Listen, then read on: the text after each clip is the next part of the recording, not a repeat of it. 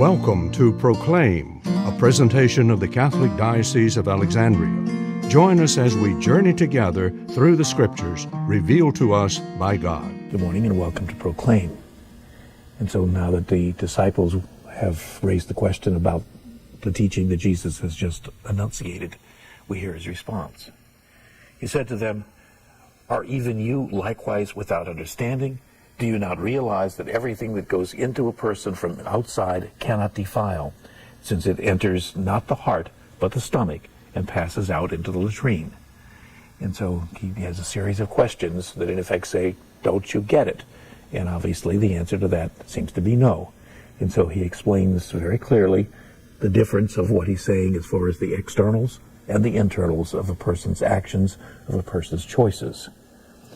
And Mark adds a very small comment in the middle of Jesus' teaching. It says, "Thus he declared all foods clean." Again, when we realize the dietary restrictions that were part of Jewish life and culture, it also is something that we know from other sources was an issue in the early church that the apostles had to deal with after the Lord was no longer with them.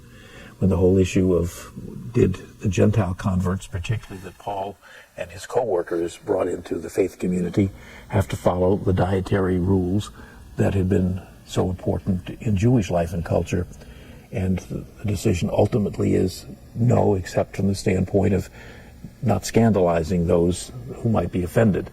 And so we find Mark actually giving a little insert here to say that this is the reason Jesus was taking such effort to describe the process by which things are clean or unclean in a religious sense.